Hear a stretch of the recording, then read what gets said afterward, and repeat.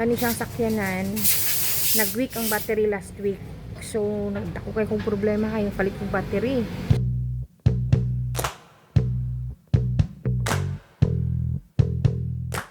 So dili mag-start ang sasakyan.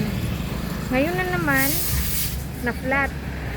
Nung Friday na flat din yung isang gulong doon sa left side. Ngayon na naman sa right side na naman.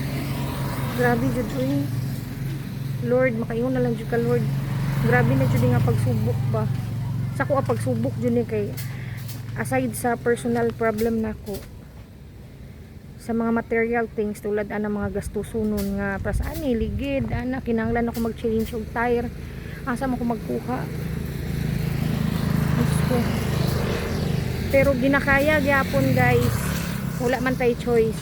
Inaman tay mga anak nga nagasalig sa tuwa. So look at me, so haggard. Grabe kay ka-haggard, my God. Hay. So mas mayo pa na maging bata na lang gyud guys kay wala jud kay problemahon imong mama ra gyud ang magproblema sa tanan-tanan. So mayo na lang kay na-vulcanizing diri dool sa mua. Alis dyan. Ayun ta wala na ikuan uy. Wala na buslot. So diri siya pa city ni siya guys. Dito pa city. And then dito naman is pa diversion road papuntang Davao. And yung bahay namin nandoon o diba? Presto kaagad Tagalog. So yung aniray kinabuhi diri sa Mindanao. Very simple living.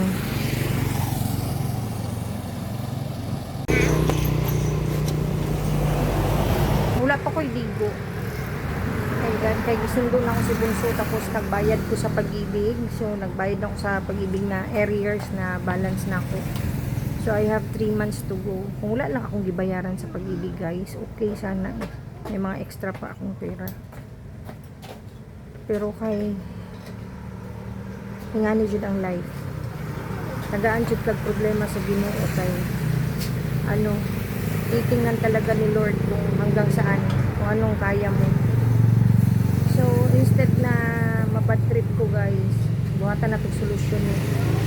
So maayo na lang jud kay diri sa street na mo nay nag-rescue na sad sa ko. Sige na lang jud ko rescue guys. Lisod kayo ng anang all alone lang gani ka nang wala gani kay partner sa kinabuhi ko. Wala gyud mo rescue si mo ibang tao ang mag-rescue. Ingani na lang yun akong life kanang solo mom forever.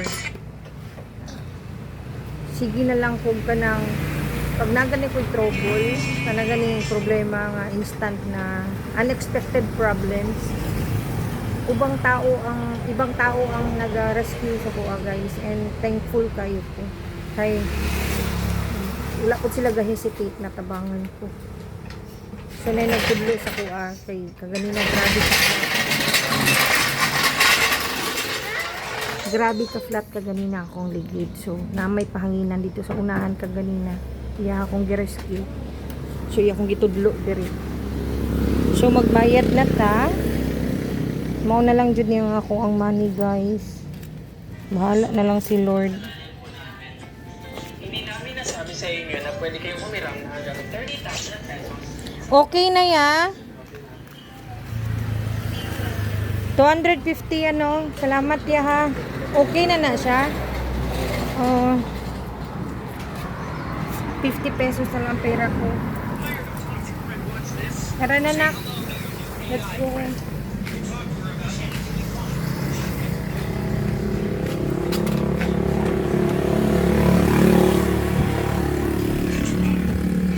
Ang hirap mag-asawa na darating yung time after 10 years, after 12 years, after 11 years, after 7 years, mga ganyan, iiwan ka lang. Tapos yun, ikaw na lahat, parang ano lang ba, gianakan lang ka, biyaan. Ay, nakakita na nga mas exciting, murag feeling nga in love kayo. So, biyaan na lang ka, ay. Siyempre, wala mo kay work. Dalaga naman kang bata, gatiman ka, ikaw ang in charge sa balay, and feeling niya, pabigat na lang jud ka. So, sa next life na ko guys, gagalingan ko na talaga. Mas mabuti pa magstay single. Much better na magstay single kaysa naman na ingani. Pero wala ko nagsising kay sa akong mga desisyon sa kinabuhi. Kay naman ko'y anak. So, kung wala po ko nagdesisyon nga magminyo, wala ko'y anak. Nakalingawan ako nga, love kay nako. So, ingana jud na guys. Ang pagsakripisyo jud na agad sa inahantanan. And so, solve the problem. Okay lang na. Bahalag, wala tay daghang kwarta. Basta importante makasurvive lang ta. Saka na lang na ako problemahon. If wala na jud, walang wala na. Saka na ako mangita o pamaagi. Kay syempre si self lumalaban jud siya permanente. Nasanay na sad ko guys na every jud kanang magkagipit-gipit na diha na ko gapangita og pamaagi. Pero kung napa may gamay, so dili sa nako siya ginaisip, wala ko ga problema kay mas stress lang ta. Kaya mag-overthink ta, di magapumudaghan ang kwarta sa tong wallet. So mao lang na siya. Manguli na ta kay maligo na ko kay naamoy na jud na ko ang ako mga ilok guys, aslom na kayo, my god, wala pa ko'y ligo. Kaya wala jud ko nag-expect ngayong aning mahitabo sa kuha. So let's go. My god, ang lakas ng ulan guys. Shucks. Kanina ang init-init lang dito ba? Siguro mga around 20 minutes. And then eto na nga, bigla nang bumuhos ang pinakamalakas na ulan. Char, pinakamalakas talaga. Malakas talaga siya guys. Ayan, nagbaha na. Wala, nagbaha na konti dito oh.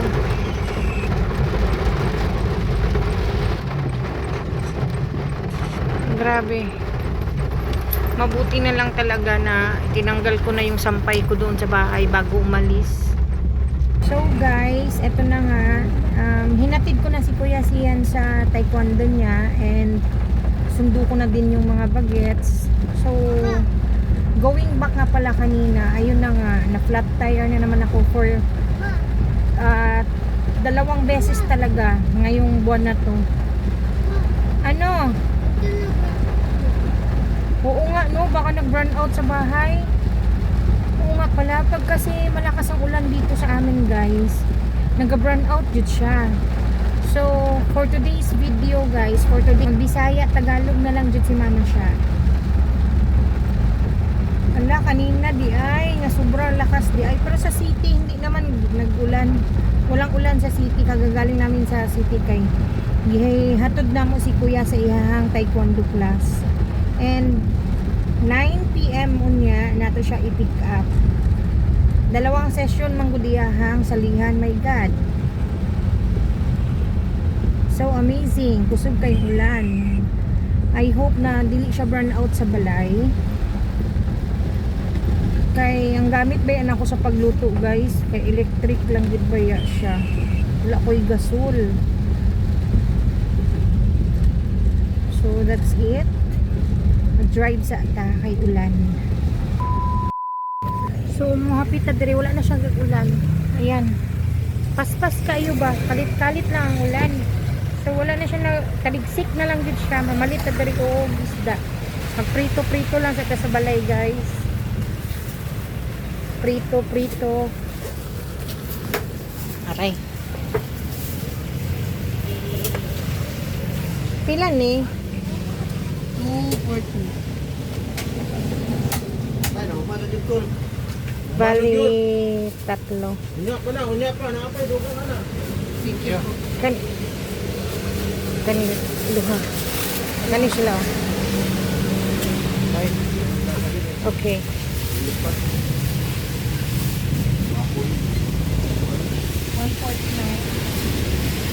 149 siya. Boy, pahimaw 200 ninyo, boy. Nibundak yun ang ulan, no? Basa-basa lang mga estudyante. Wala man nag-ulan ka ganila sa skilahan. Pag uli na ko din nag-ulan. Grabe, dyan kayo ba? Siya mo ni siya ang gulayan. Uy, naduhan naman lagi mo. Ano na kay partner, gang? Kani lang, tayo lang ha. Sa pagganito, oy, kay magkuan ko. Pila yung itlog dire? Gis. So, sa may lutoon. Inyong patatas, pilang kilo? Pila ni gang? Gis pod? Ganahan lagi kay ko sa inyong pichay ron kay dagko lagi. Ngaulo man ka gang, mag hello vlog ka. Ang gwapa kay siya oh. Muna yung boyfriend. Yang love life. Yan, pili sa ko gang ha. Oh. Ari gang, pila gani inyo patatas? Ilan kita sa patatas, sir? Patatas. Tulo.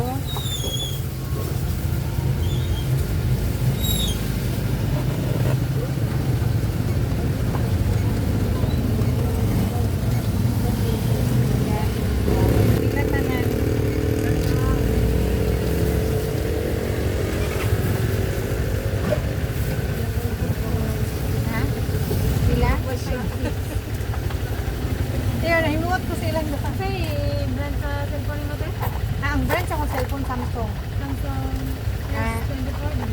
Oh, S34, 35. S34, 35. Something like that. 56 gang. Di abli na ako itong history. Di abli itong G's.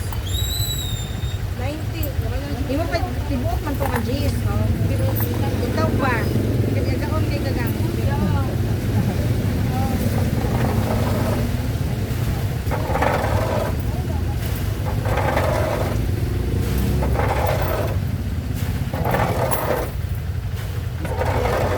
Sige na, bye-bye na. Bye. So we're going home because we buy food already. Char. Magprito lang may isda. Uy.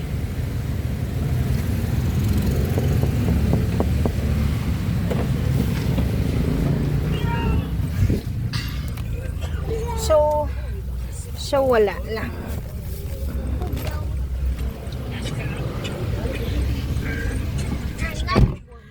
So guys, gayahon ako tong kay Grace Taniflex gani. I love you. Love you to. Ka-sweet sa akong bunso. Anyway, going back di ay i-try na ko lutuon tong i-try na ko lutuon tong steak siya nga, steak fish ni Grace Taniflex. So kung follower mo niya sa FB or TikTok, ang iyahang content is puro lang gina siya galuto para sa iyang family. So i-try na ko to, pero with the twist lang kay kato iya mamahalin man to yung ingredients, butter and then rosemary na tong dahon-dahon gani, and then bawang of course. So ang sa ako naman ang buhaton ako margarine, bawang and bay leaves. Bay leaves ba to? Basta mauna na siya. Basta mauna to siya guys. So let's go home na.